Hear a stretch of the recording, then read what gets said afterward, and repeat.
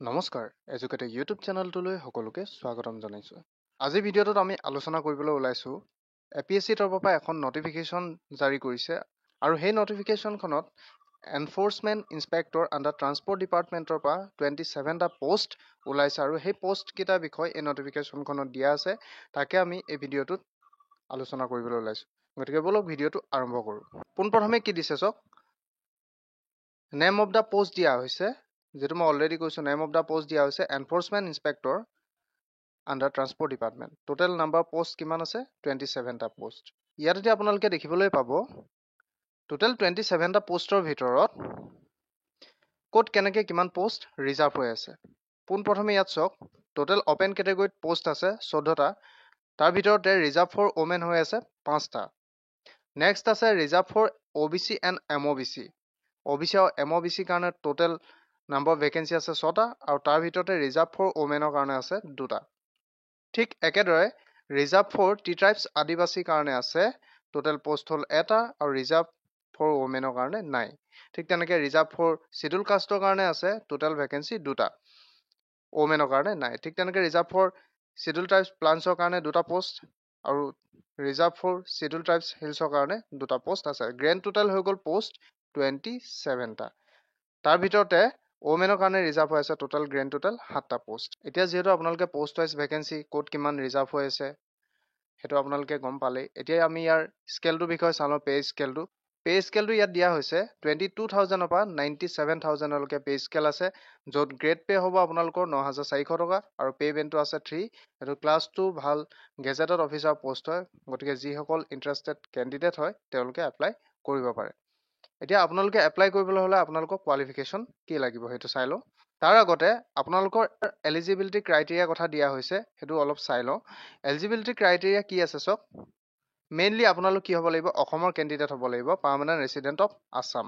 ঠিক আছে। নেক্সট দিয়া হৈছে the candidate must produce PRC issued in Assam for educational purpose employment exchange registration certificate of the candidate which will be treated as proof of residency along with the application form.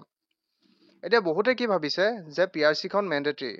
PRCখন আমি সকলোৱে জানো mandatory হয়, কিন্তু upload necessary documents হিচাপে আপোনালোকে যেতিয়া online application form fill কৰিব তেতিয়া আপোনালোকে PRC নাইবা আপোনালোকৰ এমপ্লয়মেণ্ট এক্সচেঞ্জ ৰেজিষ্ট্ৰেশ্যন চাৰ্টিফিকেটখন আপোনালোকে আপলোড কৰিলেই হৈ যাব। আৰু তাৰ মাজতে এটা কথা কওঁ, যিসকলে বৰ্তমান ৰেজিষ্ট্ৰেশ্যন কৰা নাই এমপ্লয়মেণ্ট এক্সচেঞ্জত তেওঁলোকে ৰেজিষ্ট্ৰেশ্যন কৰি ল'ব 15 আগষ্টৰ আগতে, নহ'লে তেওঁলোকৰ সেইখিনি কি হৈ যাব? ইনভেলিড হৈ যাব। এগেইন তেওঁলোকে ৰেজিষ্ট্ৰেশ্যন কৰিব লাগিব নতুনকৈ। গতিকে 15 আগষ্টৰ আগত আপোনালোকে যদি যিসকলে ৰেজিষ্ট্ৰেশ্যন কৰা নাই তেওঁলোকে ৰেজিষ্ট্ৰেশ্যন কৰি ল'ব। নেক্সট এতিয়া আপোনালোকৰ আহোঁ এডুকেশ্যন কোৱালিফিকেশ্যন। এডুকেশ্যন কোৱালিফিকেশ্যন আপোনালোক কি হ'ব লাগিব? যিকোনো আৰ্টছ, ছায়েন্স আৰু কমাৰ্চ ষ্ট্ৰীমৰ পৰা আপোনালোকে গ্ৰেজুৱেট হ'লেই হৈ যাব। আৰু তাৰ লগতে আৰু এটা কথা দিছে কি, যিসকলে হাই ছেকেণ্ডেৰী পাছ কৰি 3 বছৰ তেওঁলোকে কি কৰিছে?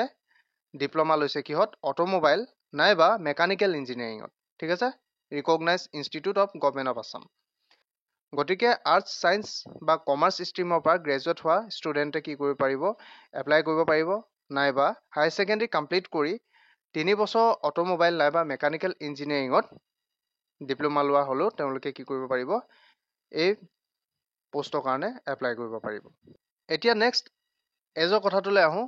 এজ কিমানৰ পৰা কিমানৰ ভিতৰত হ'লে আপোনালোকে এপ্লাই কৰিব পাৰিব। ইয়াত দিয়া আছে the candidates should not be less than 21 years of age and not more than 38 years of age as on 1/1/2024।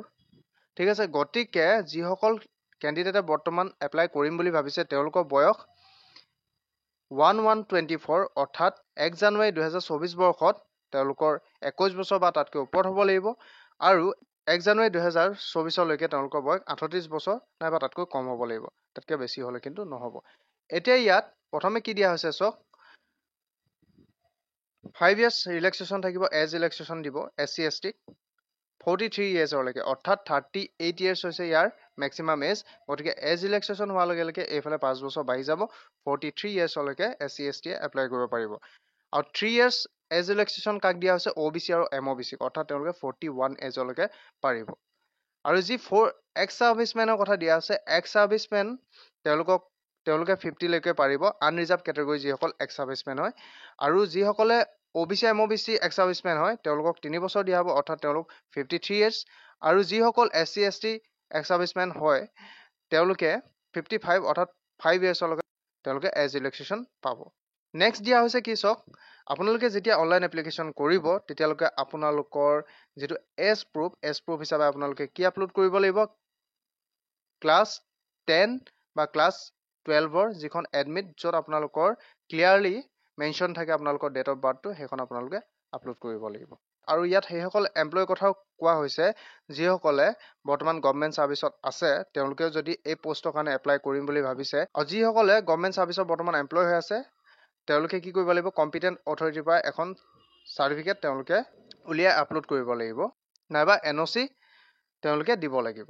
এতিয়া ইয়াত দিয়া আছে নেক্সট 9 নম্বৰ পইণ্টত দা স্মল ফেমিলি নৰ্মছ যিখন আপোনালোকে APSC অফিচিয়েল ৱেবছাইটত পাই যাব যিখনক ফৰ্ম এ বুলি কয় সেইখন আপোনালোকে APSC অফিচিয়েল ৱেবছাইটৰ পৰা ডাউনলোড কৰি সেই ফৰ্মখন ফিল কৰি আপোনালোকে অনলাইন এপ্লাই কৰোঁতে এখন আপলোড কৰিব লাগিব। অনলাইন এপ্লিকেশ্যন ষ্টাৰ্ট আজিৰ পৰা হৈ গৈছে অলৰেডি যিসকল ইচ্ছুক শিক্ষাৰ্থী তেওঁলোকে এপ্লাই কৰি লওক আজিৰ পৰা আৰু যিসকলে গম নাপায় আপোনালোকৰ লগৰ বন্ধুবৰ্গ বা ভাইটি ভণ্টি যিসকলো এলিজিবল হয় এই পোষ্টৰ কাৰণে যদি গম নাপায় এই ভিডিঅ'টো তেওঁলোককো শ্বেয়াৰ কৰি দিয়ক যাতে তেওঁলোকেও এই পোষ্টত এপ্লাই কৰিব পাৰে। নেক্সট ক্লোজিং ডেট দিয়া হৈছে 13 ছেপ্টেম্বৰ ঠিক আছে 13 ছেপ্টেম্বৰলৈকে ক্লোজিং ডেট 13 ছেপ্টেম্বৰত ক্লোজ হৈ যাব অনলাইন এপ্লিকেশ্যন আৰু ফি পেমেন্ট কৰা লাষ্ট ডেট হৈছে 15 September.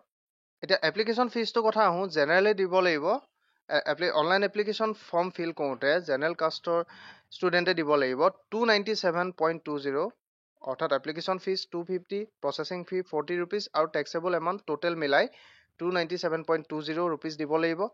SC ST OBC MOBC দিব লাগিব টোটেল 197.20 rupees আৰু BPL কেটেগৰী ষ্টুডেণ্টে দিব লাগিব 47.20 rupees অনলাইন এপ্লিকেশ্যন কৰোঁতে। আৰু নেক্সট দিয়া হৈছে হাউ টু এপ্লাই আৰু যদি আপোনালোকে নিজেও কৰিম বুলি ভাবে অনলাইন এপ্লিকেশ্যন নিজৰ PC দ্বাৰা কৰিম বুলি ভাবে নিজৰ লেপটপৰ দ্বাৰা যদিও কৰিম বুলি ভাবে আৰু কিছুৱে হয়তো মোবাইল দ্বাৰা যদি কৰিম বুলি ভাবে তেওঁলোকৰ সুবিধাৰ্থে কি কৰিছে ইয়াত এই নটিফিকেশ্যনখনত এপ্লাই কিদৰে কৰিব ইয়াত কোৱা হৈছে এইখনৰ পৰা চাইও আপোনালোকে এপ্লাই কৰিব পাৰে। আৰু যদি আপোনালোকৰ কিবা প্ৰব্লেম হয় বা আপোনালোকে যদি বিচাৰে যে মই আপোনালোকক অনলাইন এপ্লাই কিদৰে কৰিব লাগে তাৰ ওপৰত এটা ভিডিঅ' বনাই দিব লাগে তেন্তে আপোনালোকে মোক কমেন্ট সেকশ্যনত কমেন্ট কৰি জনাব পাৰে। নেক্সট দিয়া হৈছে কি কৈছে যে the selection procedure will be notified later অৰ্থাৎ আপোনালোকৰ সিলেকশ্যন যেটো প্ৰচিডিউৰ হ'ব কেনেকুৱা হ'ব হেতু তেওঁলোকে APSC তৰফৰ পৰা পিছত কি কৰিব তেওঁলোকে নটিফাই কৰিব আপোনালোকক। বৰ্তমান নটিফিকেশ্যনখনত এইখিনি ইম্পৰ্টেন্ট যিখিনি কথা আছিল সেইখিনি মই ভিডিঅ'টোত আপোনালোকৰ আগত ডিসকাস কৰিলো আৰু ইয়াত দিয়া আছে এখন টেবুলত দিয়া আছে আপোনালোকৰ য'ত এক্সাম চেণ্টাৰ হ'ব জোন ওয়াইজ তেওঁলোকে ইয়াত দি দিছে টেবুলখন আপোনালোকে চাই ল'ব পাৰে। গতিকে আজি ভিডিঅ'টোত ইমানে আছিল এটা খুব ইম্পৰ্টেন্ট পোষ্টৰ বিষয়ে আলোচনা কৰিলো আপোনালোকৰ আগত আৰু এই পোষ্টটো খুব এটা সন্মানীয় পোষ্ট হয় গেজেটেড অফিচাৰ পোষ্ট হয়। গতিকে যিসকল ইচ্ছুক আৰু যিসকল এলিজিবল হয় তেওঁলোকে এপ্লাই কৰক আৰু ভালদৰে পঢ়ক যাতে আপোনালোকৰ নামো তালিকাত আহিব লাগে আপোনালোকৰ নামো যাতে ৰিজাল্ট চিটত আহিব লাগে। গতিকে আপোনালোকে ফুল জোশত পঢ়ক। যদি আপোনালোকে ভিডিঅ'টো ভাল পায় তেন্তে ভিডিঅ'টো এটা লাইক কৰি দিব আৰু অনাগত দিনতো এই ধৰণৰ ভিডিঅ' পাই থাকিবলৈ আপোনালোকে মোৰ চেনেলটো সাবস্ক্ৰাইব কৰি ল'ব যাতে ময়ো উৎসাহিত হওঁ এইদৰে ভিডিঅ' আগলৈ বনাই যাবলৈ। আৰু আপোনালোকৰ যদি কিবা কোৱেৰিজ থাকে তেন্তে আপোনালোকে মোক কমেন্ট সেকশ্যনত কমেন্ট কৰি জনাব পাৰে। ঠিক আছে ধন্যবাদ।